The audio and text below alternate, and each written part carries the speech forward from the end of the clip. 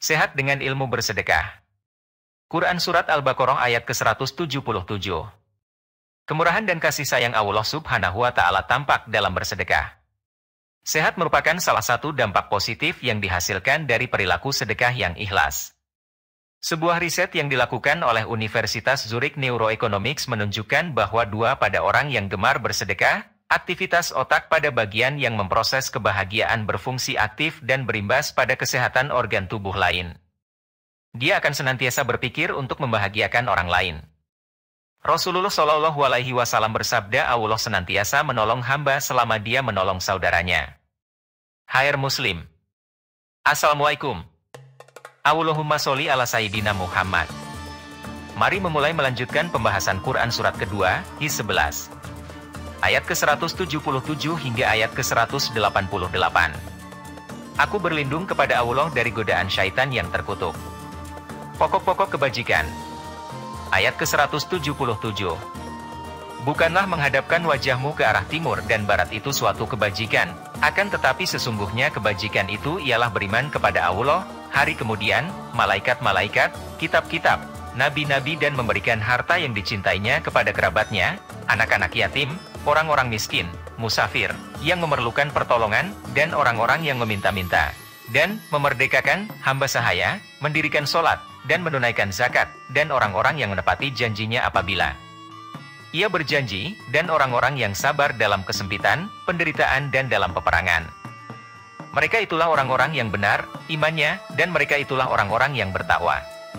Dalam suatu riwayat dikemukakan bahwa Qatadah menerangkan tentang kaum Yahudi yang menganggap bahwa yang baik itu sholat menghadap ke barat, sedang kaum Nasyara mengarah ke timur, sehingga turunlah ayat tersebut di atas, surat kedua ayat 177. Diriwayatkan oleh Abdur Razzaq dari Ma'mar, yang bersumber dari Qatadah. Diriwayatkan pula oleh Ibnu Abi Hatim yang bersumber dari Abil Aliyah. Dalam riwayat lain dikemukakan bahwa turunnya ayat ini, surat kedua ayat 177, sehubungan dengan pertanyaan seorang laki-laki yang ditujukan kepada Rasulullah Shallallahu Alaihi Wasallam tentang albir, kebaikan. Setelah turun ayat tersebut di atas, surat kedua ayat 177, Rasulullah Shallallahu Alaihi Wasallam memanggil kembali orang itu, dan dibacakannya ayat tersebut kepada orang tadi. Peristiwa itu terjadi sebelum diwajibkan sholat fardu. Pada waktu itu apabila seseorang telah mengucapkan, Asyhadu alla ilaha illallah, wa asyhadu anna Muhammadan abduhu wa rasuluh, kemudian meninggal di saat ia tetap iman, harapan besar ia mendapat kebaikan. Akan tetapi kaum Yahudi menganggap yang baik itu ialah apabila sholat mengarah ke barat, sedang kaum Nasyara mengarah ke timur. Diriwayatkan oleh Ibnu Jarir dan Ibnu Munzir yang bersumber dari Qatadah. Kisos dan hikmahnya. Ayat ke-178. Hai orang-orang yang beriman, diwajibkan atas kamu kisos berkenaan dengan orang-orang yang dibunuh, orang merdeka dengan orang merdeka, hamba dengan hamba, dan wanita dengan wanita. Maka barang siapa yang mendapat suatu pemaafan dari saudaranya, hendaklah yang memaafkan, mengikuti dengan cara yang baik, dan hendaklah yang diberi maaf, membayar diat kepada yang memberi maaf dengan cara yang baik pula. Yang demikian itu adalah suatu keringanan dari Tuhan kamu dan suatu rahmat. Barang siapa yang melampaui batas sesudah itu, maka baginya siksa yang sangat pedih. Kisos ialah mengambil pembalasan yang sama. Kisos itu tidak dilakukan bila yang membunuh mendapat kemaafan dari ahli waris yang terbunuh, yaitu dengan membayar diat, ganti rugi, yang wajar. Pembayaran diat diminta dengan baik, umpamanya dengan tidak mendesak yang membunuh, dan yang membunuh hendaklah membayarnya dengan baik, umpamanya tidak menangguh-nangguhkannya. Bila ahli waris si korban sesudah Tuhan menjelaskan hukum-hukum ini, membunuh yang bukan si pembunuh, atau membunuh si pembunuh setelah menerima diat, maka terhadapnya di dunia diambil kisos dan di akhirat dia mendapat siksa yang pedih. Dalam suatu riwayat dikemukakan bahwa ketika Islam hampir disyariatkan, pada zaman jahiliyah ada dua suku bangsa Arab berperang satu sama lainnya. Di antara mereka ada yang terbunuh dan yang luka-luka, bahkan mereka membunuh hamba sahaya dan wanita. Mereka belum sempat membalas dendam karena mereka masuk Islam. Masing-masing menyombongkan dirinya dengan jumlah pasukan dan kekayaannya, dan bersumpah tidak ridho apabila hamba-hamba sahaya yang terbunuh itu tidak diganti dengan orang merdeka, wanita diganti dengan pria. Maka turunlah ayat tersebut di atas, surat kedua ayat 178, yang menegaskan hukum kisos.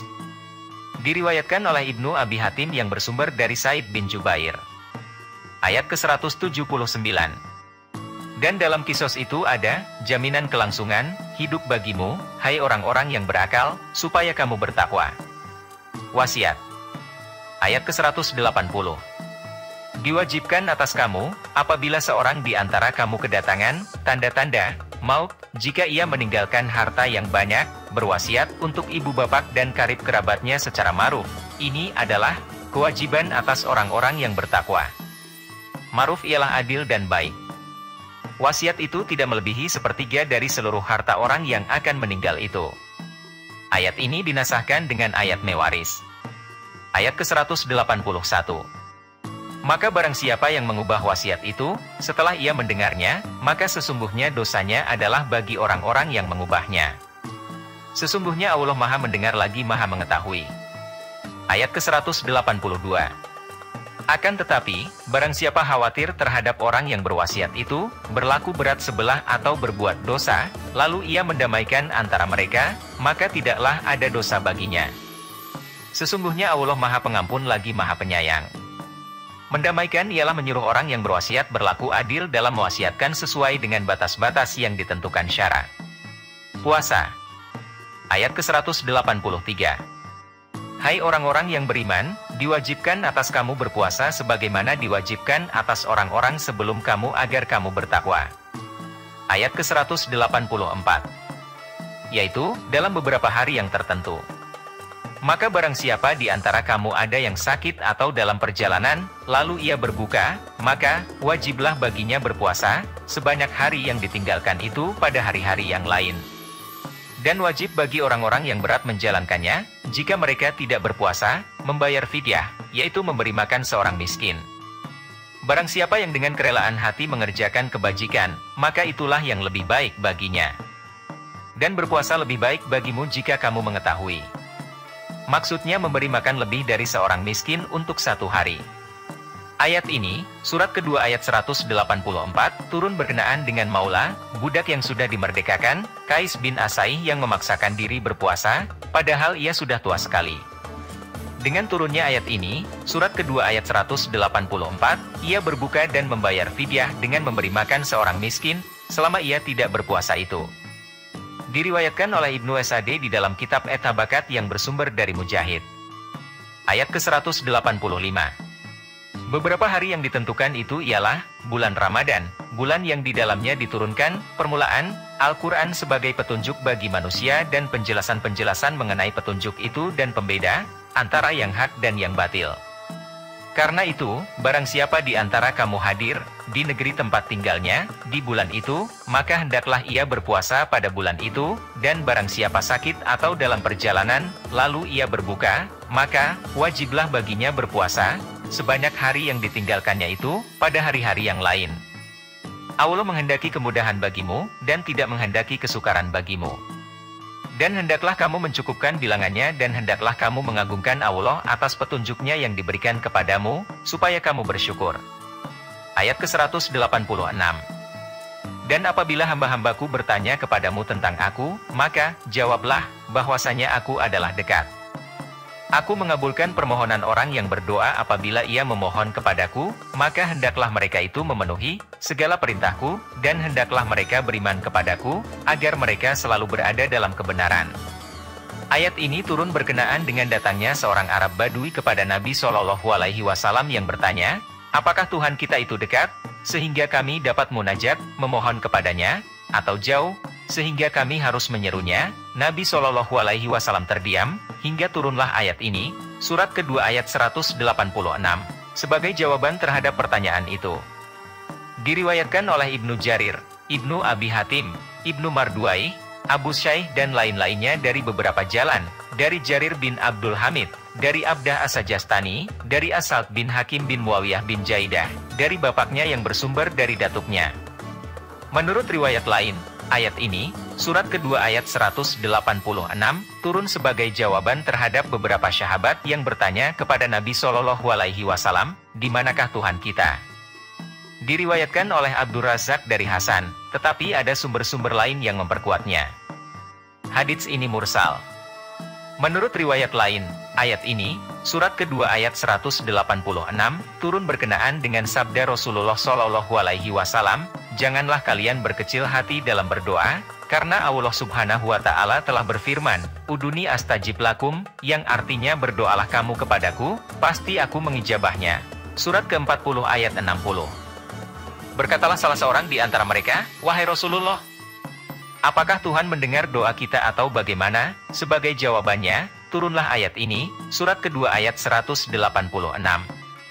Diriwayatkan oleh Ibnu Asakir yang bersumber dari Ali. Menurut riwayat lain, setelah turun ayat, Waqala Rabbukum uduni astajib lakum, yang artinya berdoalah kamu kepadaku, pasti aku mengijabahnya, surat ke-40 ayat 60, para sahabat tidak mengetahui bila mana yang tepat untuk berdoa. Maka turunlah ayat ini, surat kedua ayat 186.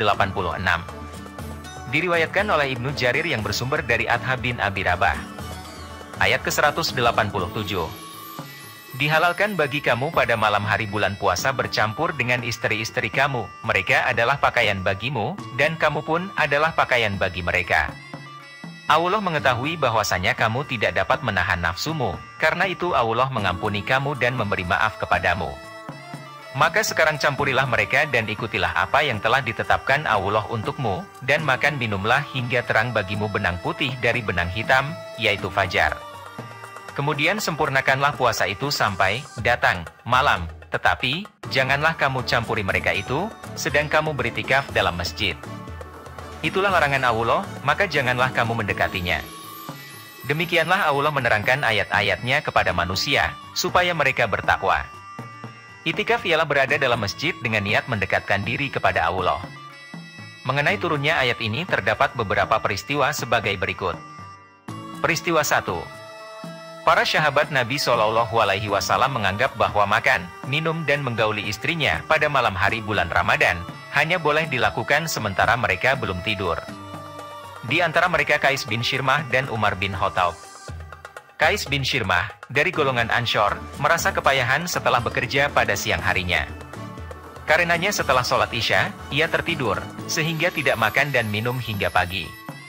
Adapun Umar bin Khattab menggauli istrinya setelah tertidur pada malam hari bulan Ramadan. Keesokan harinya ia menghadap kepada Nabi Shallallahu Alaihi Wasallam untuk menerangkan hal itu. Maka turunlah ayat, Uhilla lakum lailatas syamir rafatsu sampai atimus syama ilal lail, surat kedua ayat 187.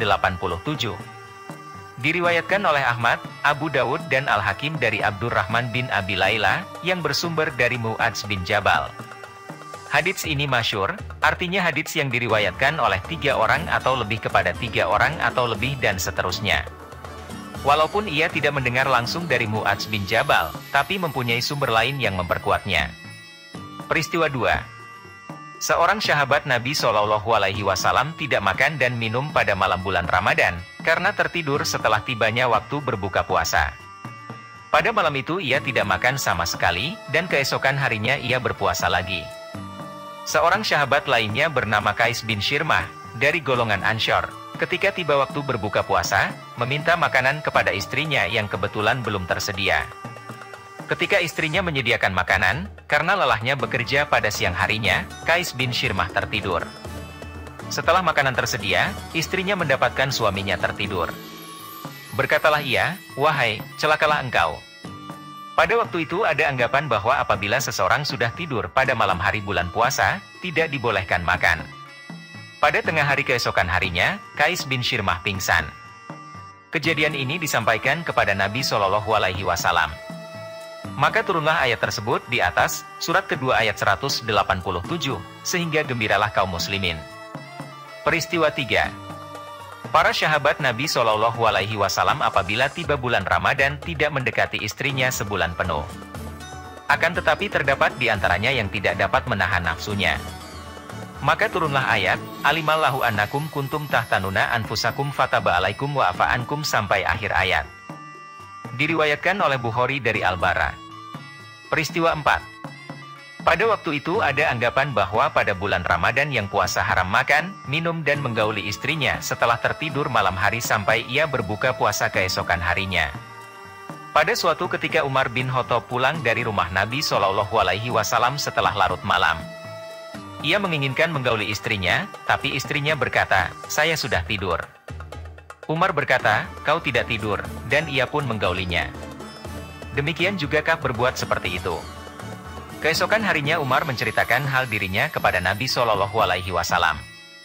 Maka turunlah ayat tersebut di atas, surat kedua ayat 187, dari awal sampai akhir ayat. Diriwayatkan oleh Ahmad, Ibnu Jarir, dan Ibnu Abi Hatim dari Abdullah bin Ka'ab bin Malik, yang bersumber dari bapaknya. Peristiwa 5.